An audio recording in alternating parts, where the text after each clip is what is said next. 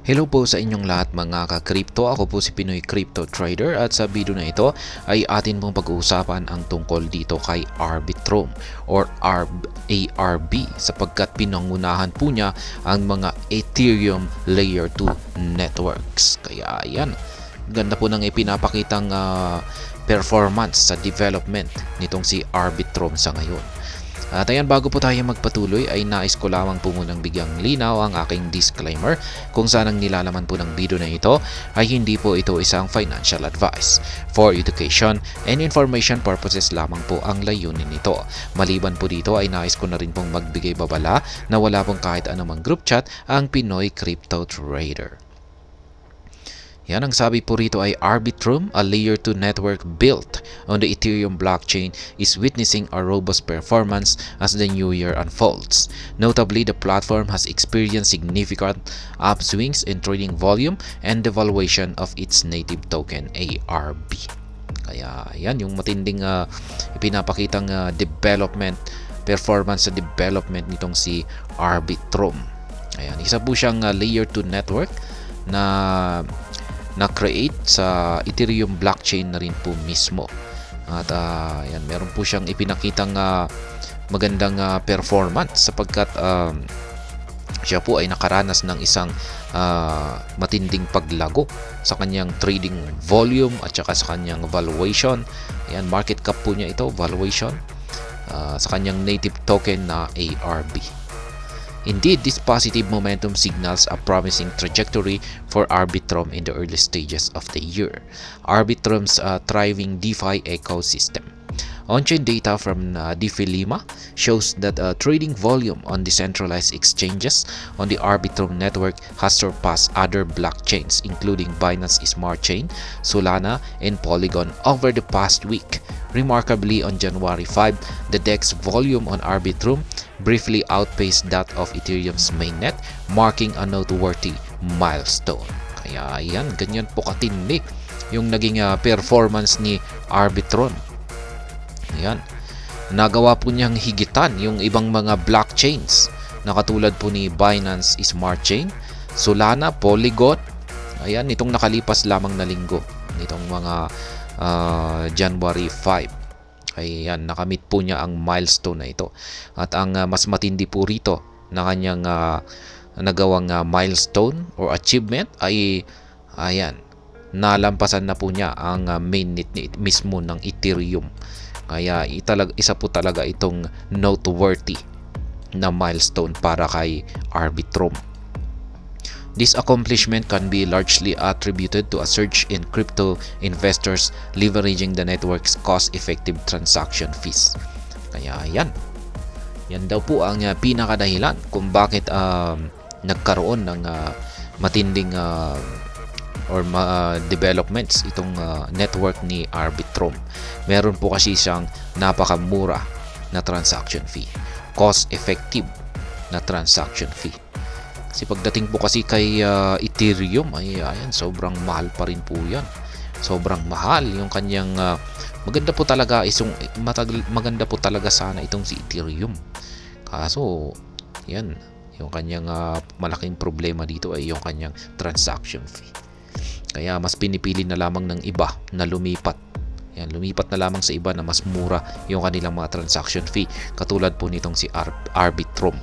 Ayan, dahil dito ay maraming mga crypto investors ang na-attract at lumipat po sila dito kay Arbitrum dahil sa kanyang cost-effective transaction fees. According to data from Layer 2 fees, Arbitrum is one of the most economical networks to transact, boosting an average fee of 26 cents or 0.26. In a stark contrast, the average transaction fee on the Ethereum network exceeds $5. This could be the reason why DEX, decentralized exchanges on the Arbitrum, have experienced a significant increase in trading volume. Kaya yan, kung ikukumpara daw po na kasi natin yung transaction fee ng Arbitrum dito kay Ethereum ay malaki po yung kanilang difference. Yung average transaction fee kasi ng Ethereum network ay umaabot po ng $5. Ayan, napakamahal na po yan para sa atin. Samantala kay Arbitrum ay yung kanyang average fee ay nasa 26 cents. Yan, 0.26 lamang po. Yan yung kanyang kaya marami pong mga gumagamit sa kanyang mga decentralized exchanges dahil sa napakamurang transaction fee niya na ito. At dahil dito ay dito po nagumpisang makaranas si Arbitrum ng pagtaas sa kanyang trading volume. Kaya yan, ito po yung screenshot. Yan, nakikita po natin dito. Yan, pero nanguna pa rin naman po itong si Ethereum. Pumapangalawa lang itong si Arbitrum. While Ethereum's DEX volume has reclaimed its leading position, this data underscores the rapid growth of the Layer 2 blockchain since its inception. Ayun po pala. Yan, ang nakabalik din naman po pala itong si Ethereum.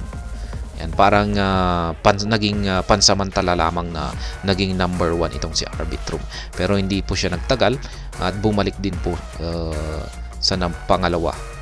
Yan. Pero nagpapakita lamang po ito na ang parang nagbibigay lamang po ng sinyalis na ang mga Layer 2 blockchain network ay may kakayahan na mag-lead yan sa position na ito or manguna.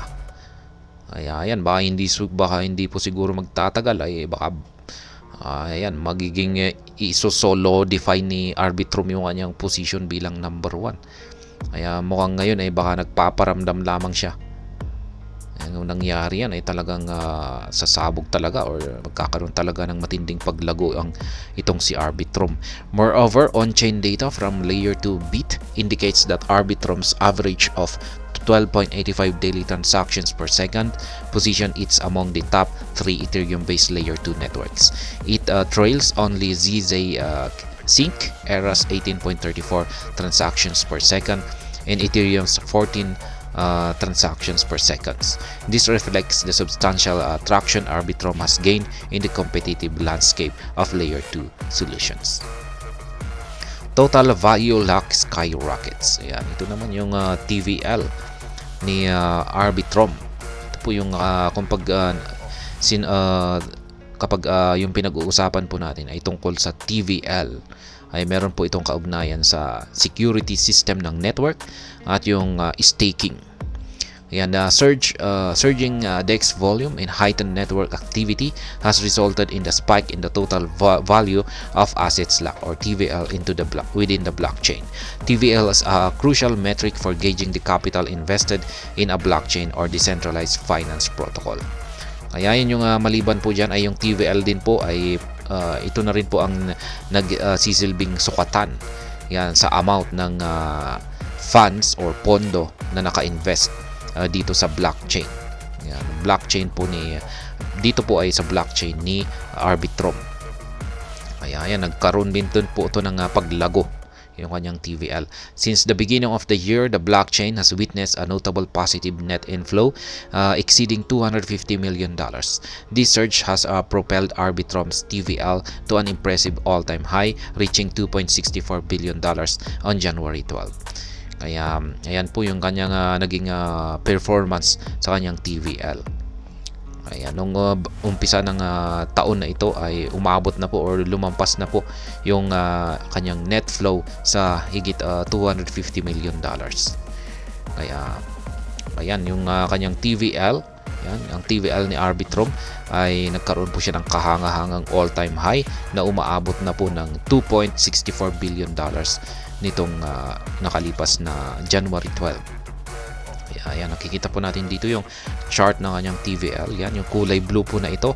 Ayan po yung kanyang TVL. Mapapansin natin dito na bumagsak po siya nitong mga September, October, November.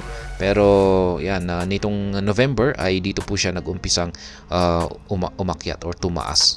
Nakikita natin na ngayong taon na ito, 2024 ay nasa mataas na, napakataas na po nito. Nabasag na po niya yung previous na mataas all-time high nito na dati rito noong mga May to June. Ayan, nagkaroon po siya ng record na all-time high, panibagong all-time high na TVL. Simultaneously, Arbitrum's ARB has demonstrated remarkable performance, marking a more than 20% increase this year. ARB has outperformed leading cryptocurrencies such as Bitcoin and Ethereum. Kaya yan po yung matinding performance ngayon ni Arbitrum. Nagkaroon po siya ng 20% na increase sa loob ng taon na ito. Kaya nahigitan po niya sa performance ang mga malalaking cryptocurrencies na katulad ni Bitcoin at saka si Ethereum. However, in the wake of the recent broader crypto market downturn, the ARB token faced a notable impact, experiencing a decline of approximately 10% to $2.13 at the time of reporting. Yan. Pero gayon pa man, maski maganda yung kanyang ipinakitang performance nitong nakalipas na mga araw, ay nakaranas na rin po siya ng pagbagsak. Yan, hindi lamang po kasi siya. Ito ay lahat po ng buong crypto market ay nagsibagsakan kasi. Kaya maging siya ay nakaranas na rin po dito sa decline. Yan, pag-decline or pagbaba sa kanilang presyo. At siya po ay nagkaroon ng 10% na pagbagsak. At yung kanyang presyo ay napunta po sa $2.13 mula nung nailabas ang balita na ito. Yan, pero yan po ulit. Napakaganda po yung performance ng Arbitrum. Ayan, mukhang talagang yung kanyang developments ay matindi po talaga. Ayan, sa tingin ko ay tuloy-tuloy lamang po yung paglago ni Arbitrum. Ayan, biruin mo naman ay nakikipag-unahan na siya ngayon sa mga well-established na mga nangungunang dating mga nangunguna or hanggang sa ngayon ay nangungunang mga malalaki mga crypto assets katulad ni Bitcoin at saka Ethereum. Ayan, nakikipag-kompetensya na siya kung minsan ay nahihigitan niya sa performance ang mga ito. Ayan, kaya siguro ay baka magtatagal ay yan, hindi natin alam. Kaya ganyan po katindi si Arbitrum. At hanggang dito na lamang po tayo sa video na ito. Sana po ay inyong nagustuhan ang aking paliwanag dito. Kung inyo po itong nagustuhan ay pakiclick lamang po ang like button nito. Para naman po sa mga bago lamang dito, kayo po ay aking inaanyayahan para mag-subscribe. Pakiclick na rin po ang bell icon nito dahil ito po ang siyang magsisilbing notification nito sa mga bago kong videos na akin pong ina-upload sa aking YouTube channel na ito. Marami pong salamat sa panunood. Ingat po tayo lagi at God bless po sa ating lahat.